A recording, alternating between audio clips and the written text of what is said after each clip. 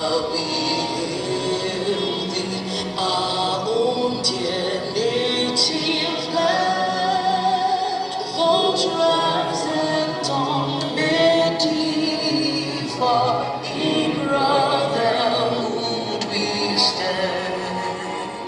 Nigerians fought and proud to set our sovereign motherland. Director, sir, the Deputy Rector, Registrar, and other principal officers of the Polytechnic, the area manager and the head of training of the Abeokuta ITF area office, esteemed SIWES directors, coordinators, and representatives of SIWES accredited institutions in Ogun State, ladies and gentlemen, it is my great pleasure to welcome you to the 2024 third quarter Zonal Supervisory meeting of all SIWES-Participating institutions in Ogun State, being held here at Moshood Abiola Polytechnic, Abeokuta. I bring you greetings from our Director General, Chief Executive of the Industrial Training Fund, and I want to appreciate on his behalf the Rector and the management of this great institution for the cooperation we have enjoyed all the while this scheme has been in operation in this institution. You know, we had a courtesy call to his office shortly before this meeting commenced. And in that courtesy call, he made mention of a double certification system that is in place in this institution now. And permit me to add to this that after these students must have learned the skills, they can register for what we call SUPA in the ITF, Skill of Artisans. And that can be done in SUPA.itf.gov.ng. And that way, on that platform, we want a database of all artisans in Nigeria, and we will upgrade their skills in the ITF and then place them in a pool whereby organizations can come sort for artisans, and at the same time, not only local organizations alone, international organizations too, we come sort for artisans.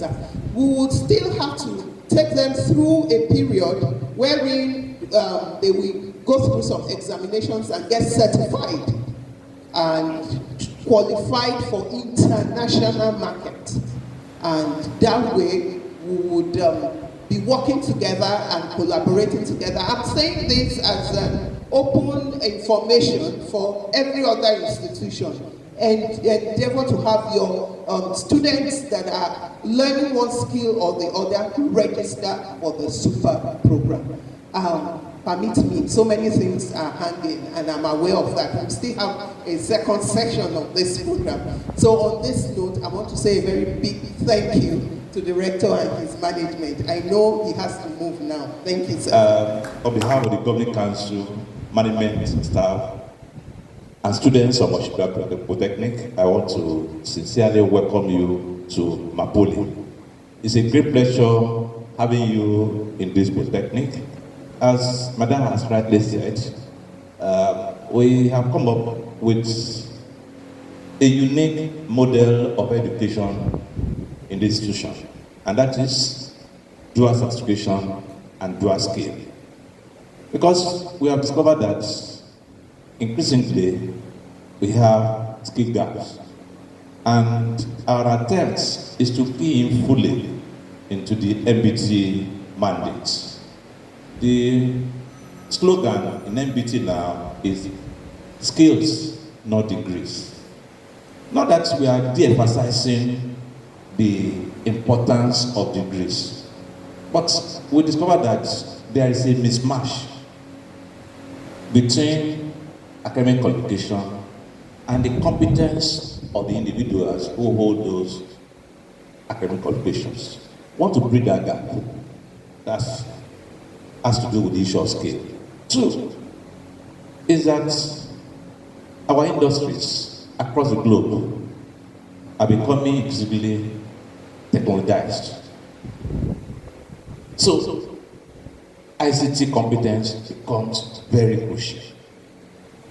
And there is a need for us to quickly match or complement the traditional vocational skills with ICT competence so that we can have a very smooth school to job transition. And apart from that, it makes the graduates to become more employable and be able to earn higher income. And besides that, they become easily sought for internationally. So these are the critical issues that we have identified. And I'm happy Madam said that, yes, they have a platform which can register the students. We are conscious of that because everything we'll be doing is based on NSQF, National Skill Qualification Framework, which has about 9 steps. Now I think that it's been put to 12. So I want our collaboration with ITF to be very, very strong so that we can iron out areas of differences, particularly in the implementation of the National Skill Framework. Where this country is going, we can no longer afford to be importing skilled workers who are purely artisans. For example, about 500,000, artisans were engaged from India and China by Dangote Refinery before it came on stream. I think this is a very serious challenge for us. And those of us who are in various tertiary institutions, it is the right time for us to key into that. On that note, I want to welcome you again to this meeting, and I declare this workshop open. God bless you. The topic, well, I've been given a free hand to present the topic of my choice, and I've attempted to come up with something like academic development and internship, and took at the Gen Z model. So, thank you. That's next page. Well, you want to agree with me that Concept University started in the medieval European universities, and they were called centers of excellence at the time, where they talk of knowledge generation and dissemination. And to a greater extent, it used to be an isolated system. And many things came up, and we talked about the word university, that's universitas, and other things. So now, I want to now come around and talk about our focus, I said earlier on, is our stock in trade. Who are the people we are talking about? Who are targets? And well, I don't know if many people of us are aware that we are talking about the Gen Z. We are in the generation of Gen Zs. So you people here are old schools. So you have to know what Gen Zs are. If you don't know what they are, you cannot really do things that will really be focused towards them, for them to really and one beautiful thing is that they have beautiful things. And now, next slide. These are the generations we have. We have the silent generation, those are grandparents today. We have the baby boomers, great grandparents now. We have the grandparents, then our own generation, parents, this is our generation now. The generation X. Then the millennial, the young adults. Then we talk about generation Alpha, teenagers. Next. So this is silent generation, you know them. Great people. Now you see them, and you have a lot of them are monarchs, merchants, men of God, and men of labor. Next slide. We have the baby boomers. That's between 1946 and 1964. So we have them. They are rich. A good number of the rich, the laid foundation for modern society, and then technology driven. Look, next slide, you see these are them. You see them? They are the people moving this current world. You see our own Okonjo Iweala. Okay, next slide. You see, those are the people that you saw Donald Trump in the last one anyway. These are people there. Then this, well, I hope you can identify this man at the stage here. Okay, next slide. And this what was evoked.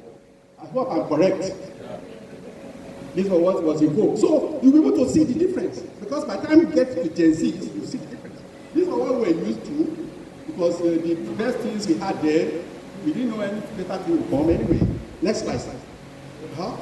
If by the time you're having this card, then you remember what it looks like. You know, CC nurse, you remember? Okay, next one. Okay, in our those days, this is what we were using.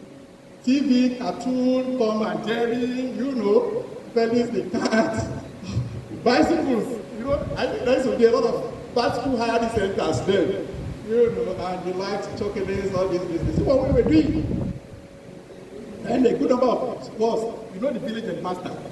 Those are the popular things, and then the music icons then were Fela, the Bogozikwe, Sonia, Ube, and the like. The footballers then, the Rangers, Mighty Jet. But do you have local teams? Yeah. Today, if you anytime they know the match that's going on, even as this time, you know it's a different body. So you need to know the difference.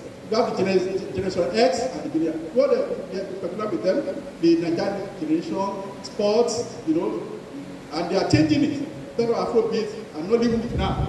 Hollywood, you know, now Hollywood, Hollywood. All those things were not there in the days of Ogun day. Okay, now we are then in the banking sector. Let's talk about the banking sector, please. We have the people, the den, you know, these are the names. Okay, next. Then you see the Gen Z were there. They are born digital. When I say they are born digital, you will see them early in the morning. A young man will tell you, I'm tired. Early in the morning, fresh, I'm tired. Because what did he do? And he's tired early in the morning. He has used free data in the night, all through, doing a lot of work. You know, see them, they carry the genes of the great grandfather, the father, you know, 3 generations. They are very motivated. Unless you don't know. They are very knowledgeable, operate in virtual reality. The first generator to set foot on planet Mars. Next slide. So you'll be seeing them as such. Now we're talking about CC Mars and the like. You know why we are talking about CC Mars?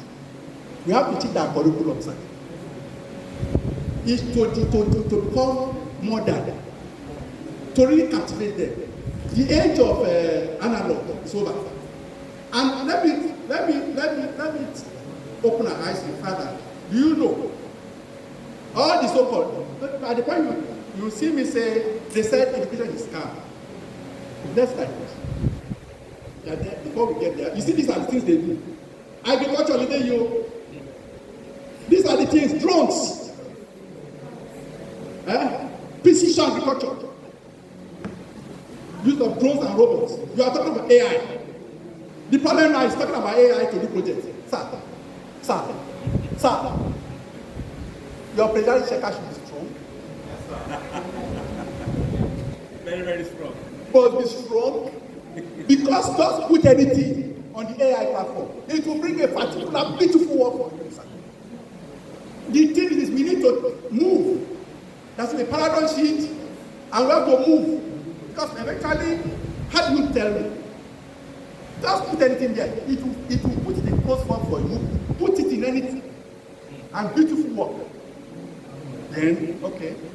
So, in conclusion, sir, we are in a world of new normalcy. COVID-19 brought us to that reality. We didn't know we were there. But here we are. Today, a student can remain in the comfort of his house and receive lectures. That's where I was coming when the boys were saying education is a scam. But let's say education is a scam. You say your program end 2 years, go for 1 year, and come back to another 2 years. Sir, let's not deceive ourselves. All they are learning is here. Take it or leave it. So they don't need to be here at all. Do they need to be in any wall of any institution at all? But the difference is this: the maturity is important. So they need to develop a psychomotor. They need to have the maturity. That's the problem. That's our waiting time. That's why they are saying education is a scam. It's self-seeking. What can't you have here? In the public arena, in public domain, and by the time you even subscribe to special portals again, it becomes something else. Not talk of the ones in the public domain. Then because of that's why they also come up and say, don't pay for anybody. But nevertheless, we must give them, we must know how to look down and work on them for them to be serviceable and useful for our society. So we should forget our own former way of doing things and now integrate and align with what the mindset of this young one. So that's what they say, we don't understand them. So we as a nation, sir, we are sleeping on time bomb if you don't wake up on time. And that's really waiting to explode if you don't know. Then I thought we should urgently survey the show. And then I had this program. I said the best start of Polytechnic was 20 years ago. Well, if you missed 20 years ago, the second best now is now. Thank you very much. I want to appreciate you all. I want to say thank you for this opportunity. I want to thank the rector, the person that assisted, the area manager. Because we have so many places to stay for them to do the IT. We should advise and maybe let them do that. They have to do their attachment around this area, around the state. In my own place, there was a time when the student told me that he wanted to go to Port Harcourt to go and do the IT. And we cannot go there for permission. So please let us encourage. We have so many industries, so many places to the state. So please let me give the mic to Excuse me. Sorry. Thank you. Well, something we can do other defense, academic exercise, so many things online, interview. So all we needed to do, to me, that's the way I look at it. So all we needed to do is to get the information, the address, either the phone number of the industrial-based supervisor or that company, and we can assess the student virtually.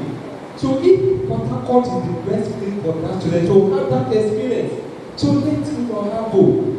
So please, I don't see anything wrong with that. That's my own thing. The ST coordinator has said is that they got there, they didn't see them. No, my question is, we are talking about even the times we are in.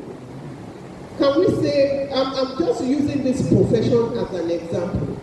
Somebody who is doing piloting goes to do IT and we say he's doing it remotely. So if you want to eventually fly a plane that remotely IT person is flying, will you be comfortable in that plane? Or a doctor, somebody who is, I know doctors don't do IT, but I'm just using all this, or an engineer, and you need your car to be fixed, and all he did was remote IT without actually handling the equipment as he should. I know that there is simulation for virtual training and all the others, but it still cannot be like when you are handling the real thing. In this Nigeria that we are in, we have not gotten to that level yet. So I don't know if, yes, please react. You are right. It cannot be executed by all programs. There are certain programs that cannot be offered with remote internship. However, there are cases of students who are studying computer science and they can work remotely and they can still be supervised. I still have students in our college, in our department that were supervised remotely. They are computer science students. But however, the challenge with your student is right from the beginning, the student should have communicated to you that my place of internship is remote, so that adequate preparation can be made in order to supervise the student. As much as possible, we also try to discourage students from embarking on remote internship. But in cases where that is the only option students have, and as long as it is still relevant to their course of study and they can prove substantial amount of experience gained in the course of the program, is not something we can do without. Only said is remote, but I just want to know what is the place of IT, because they've been asking you what is the stand of IT. What are the programs? Yeah. What program? Computer science is there, and also petroleum engineering. I know these days petroleum engineering, they actually work on softwares, you can work remotely. So I want to know, is there any stand of IT on such issues? Currently, there is no standard. Thank you so much. Currently, there is no standard. But that does not mean that if that is acceptable, you cannot do it. Please, I want to ask, like my colleague said, that we should not deprive students. Currently, we have students in Kwara State, different states. Some of them say they want one state going to Delta State. I think that's where you can go. Now, my suggestion: can't we take visual assessment? Must we travel to Delta State because he told me what he wants to learn? The father works here. And some of them I wrote later for. It was too them. Parents are residing in those places. So why will I say your father is in Kwara State? I will say come to Abeokuta. So I think we should, like what Prof said, we should begin to follow the Gen Z trend. We can take online assessments and we know by the time they are coming for their technical report, because that's where I'm waiting for everybody, and the students take it seriously, then we will know whether you did the right thing or you didn't do it. Because if like we go there, we visit there, if they have link with those people, they will tell us what we want to hear. They will say your supervisor is coming. They will do all those ones. So please, we can agree that if we can look at the place, they should give us concession to do visual assessment. Because last time I traveled, I almost got a bike almost cleared me at Ojota for supervision. Yes. So I was telling my school that the risk of traveling these days is becoming something else. So we should start. We are not saying we are leaving them to the Gen Z issue, but we should start visual assessment. We should present it. ITF should look into it and present it to those that are in charge of the policies. We should start visual assessment, and those that can do it visually, they could. And that's why we give them form for assessment also. So thank you very much. You know, during orientation, we always say that your monitoring is supposed to be mystery. You are not supposed to inform any students that you're coming. Now, one of the things that we do tell students is that if you're going to be off work, you should communicate with your supervisor, institutional supervisor. Because actually, this is supposed to be not only the students and the organization, the institution is still part of it. So, if a student should tell you, okay, these are my off days, you know I should not go there on the off days. And if at all you have to, you can tell the student, drop your logbook. When I go there, I would interact with the organization and check your logbook. So what we are saying is that encourage the students to communicate properly. For virtual assessment, you know some things cannot just be written down in black and white. I believe we can use our discretion to do the right thing. I don't actually believe that we should stop students. We can use technology and the tools we have. For covenants, their students do IT abroad. How do they monitor them? A lot of their students, quite a number of their students, when you go there, the next is that we do our IT abroad, and they allow them to do IT abroad. And of course, they assess them. So we can assess them. You might not, don't necessarily need to stop them. I know some institutions, sometimes they might even send maybe their friend in that town to say, please check up on my students somewhere, if they cannot go. So we can be creative with some of these things. For today's meeting, I ever move for the adjournment of the meeting. Thank you. Okay, thank you.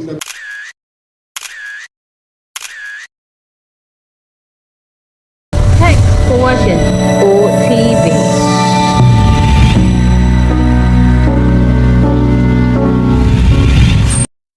Take on remote industrial training. I have some students that actually we sent people to go and visit them. Only for the supervisors to into the industry, they were not available. And what they said is they're doing it remote. And I've decided I'm going to punish them. I'm actually threatening them for carrying over. So I want to know from IT, what's our take on remote, like he said. So, what's the discussion on some people were suggesting online supervision because of the present, what do I call it? The crisis, the security issues. I want to know what's the take of IT on these two items. Thank you.